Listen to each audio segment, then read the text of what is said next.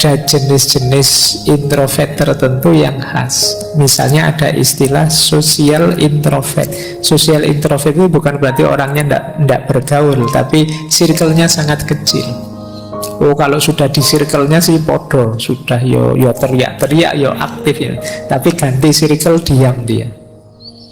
Nah, ini namanya social introvert. Kalau sama gengnya, wow, aktifnya luar biasa. Dia bisa jingkrak-jingkrak, dia bisa balapan motor, dia bisa. Tapi begitu ganti circle, oh, dia pendiam. Nah, ini ada namanya social introvert. Mungkin kalian begitu. Kalau ketemu circle-nya di luar, wah, kumat. Tapi begitu masuk circle ngaji filsafat, wah, kok gini situasinya, kamu diem kayak orang sholat. Nah, ya, itu social introvert namanya.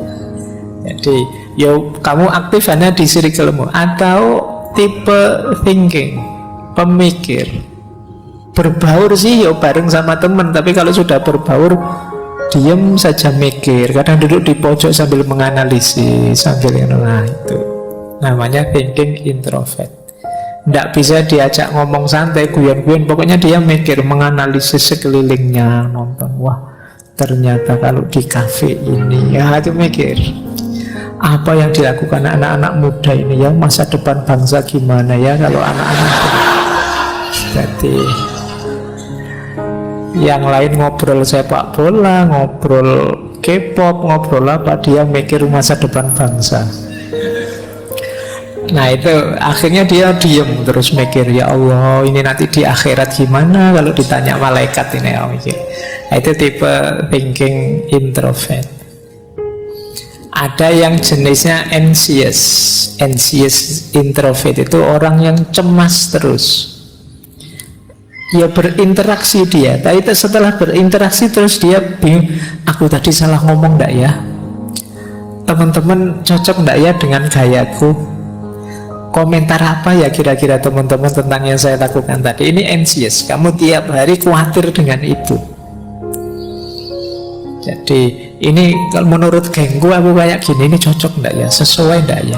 Nah, ini namanya anxious. Kamu khawatir terus, khawatir salah, khawatir keliru, khawatir menyakiti, khawatir. Sehingga kecenderungannya kamu terus lama-lama jadi sulit aktif. Atau ada orang tertentu yang restrained introvert itu yang tertutup sih sebenarnya. Ya seperti orang introvert biasa, tapi lama-lama kalau sudah cair, oh itu dia sudah bisa terbuka, mungkin ngalah-ngalahi yang ekstrovert. Awal datang itu pendiam, nggak ngomong. Besok ketemu masih diem, hari ketiga, wah cerewetnya ngalah-ngalahi. Itu restrained introvert. Baik, ini tipe-tipe orang yang bisa menikmati kesendirian. Mereka lebih nyaman kalau tidak bersama orang lain. Jadi orang lain mungkin bagi dia sifatnya mengganggu saja, atau sekedar kewajiban sosial, kewajiban budaya, kewajiban agama. Tapi bagi dia lebih nyaman kalau tidak ketemu saja, nyusahi saja kalau ada orang lain itu. Nah, itu bisa begitu. Kalau bahasanya Sartre itu mungkin hell is other people. Orang lain itu neraka bagiku. Tadi tidak ada orang lain, santai-santai. Begitu datang 5 teman ke kamar kos, sudah nge-lag sudah sinyalnya.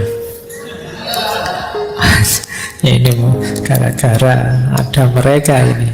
Jadi ini gambaran tadi ya. Ada orang yang kesendirian itu memang dorongan jiwanya. Kita kan selama ini sering punya tesis manusia itu makhluk sosial, tidak bisa hidup tanpa hadirnya orang lain. Tapi ternyata ada juga orang yang menganggap hadirnya orang lain itu masalah, bikin repot saja, bikin ribet saja. Baik, ini satu perspektif ya. Saya tidak tahu yang malam hari ini hadir apa ada yang introvert atau tidak. Mungkin karena ini ngaji filsafat, mungkin banyak yang thinking introvert, mikir terus isinya. Tapi ya enggak apa-apa, wong ini memang forumnya belajar. Baik, saya lanjutkan. Jadi ada orang yang memang dorongan jiwanya, dorongan ingin sendiri. Nah, ada quote bagus dari Sartre, pasangannya Simone de Beauvoir tadi.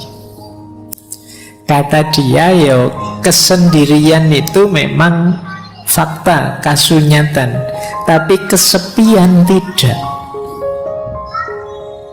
Kata Sartre, if you are lonely when you are alone, you are in a bad company. Kalau engkau merasa kesepian saat kamu sendiri, engkau ada di perusahaan yang salah. Engkau ada di frekuensi yang keliru, channel yang keliru. Harusnya sendirian itu asik. Tadi loh saya sebut, karena menurut Sartre, hell is other people. Kamu dapat fasilitas sendirian kok malah stres, itu gimana? Harusnya kamu nikmati, justru asik. Kamu bisa bebas. Coba ada banyak orang lain, kamu tidak bisa ngapa-ngapain sudah. Jadi misalnya kamu di masjid ini agak sumuk, kan nggak berani tiba-tiba nyopot baju terus gimana, tidak bisa. Kenapa? Ada orang lain. Coba di kamarmu yang pas sendirian, sumuk sedikit ya kamu copot semua bajumu, santai sudah. Kenapa kalau di sini kamu tidak mau? Ada orang lain. Hadirnya orang lain kalau di Sartre itu ya menyusahkan saja, membelenggu kebebasanku. Maka kata dia, if you are lonely when you are alone, you are in a bad company. Maka carilah kesendirian, tapi bukan berarti sendiri itu kesepian. Kamu usiamu berapa kok masih sendirian? Ya enggak apa-apa, saya sendirian, yang penting kan saya enggak kesepian. Nah, karena sendiri dan kesepian itu dua hal yang berbeda. Baik, jadi versinya Sartre ya, kita memang harus merayakan kesendirian tanpa harus merasa kesepian. Baik, sekarang kita masuk ke tadi kesendirian, sekarang kesepian. Kalau ini yang menyakitkan, yang lonely. Tadi kan ada kesepian, kesendirian. Ini yang bagian kesepian. Ada banyak sekali jenis kesepian. Ada namanya kesepian emosional. Kesepian emosional itu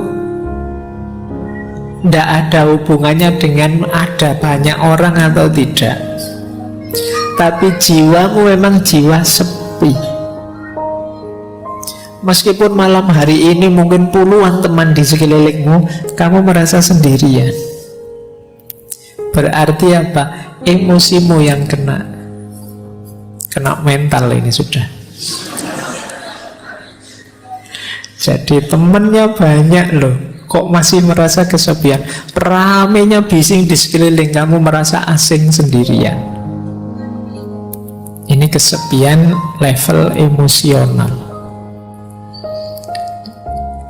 Ada orang yang seperti ini. Jadi kesepian itu ternyata tidak selalu harus sendirian. Banyak teman pun orang bisa kesepian. Jadi rumusnya ternyata bisa bolak-balik ya. Sendirian tidak mesti kesepian, kesepian tidak pasti sendirian.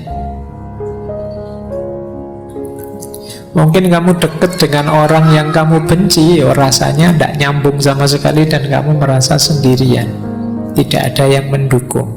Atau banyak orang sih tapi saya tidak ada yang kenal, oh Pak, ya kamu rasanya kesepian. Mungkin kamu naik kereta atau naik bis itu, padahal bisnya penuh, tapi karena kamu tidak kenal semuanya kan kamu diem saja. Dari Jogja sampai Jakarta ya rasanya sendirian. Nanti kamu sampai di tujuan di Jakarta, ditanya, ke Jakarta sama siapa? Sendirian. Padahal sak kereta itu ratusan orang jumlahnya, tapi begitu ditanya sama siapa, ke Jakarta sendirian. Karena sebanyak itu orang, tidak kamu hitung. Kamu menghitungnya dirimu saja yang tidak kenal dengan mereka semua. Yang kesepian jiwamu. Jiwa kalau sudah kesepian, ya sebanyak apapun keramaian, sejumlah apapun orang di sekelilingmu, ya kamu tetap merasa sepi.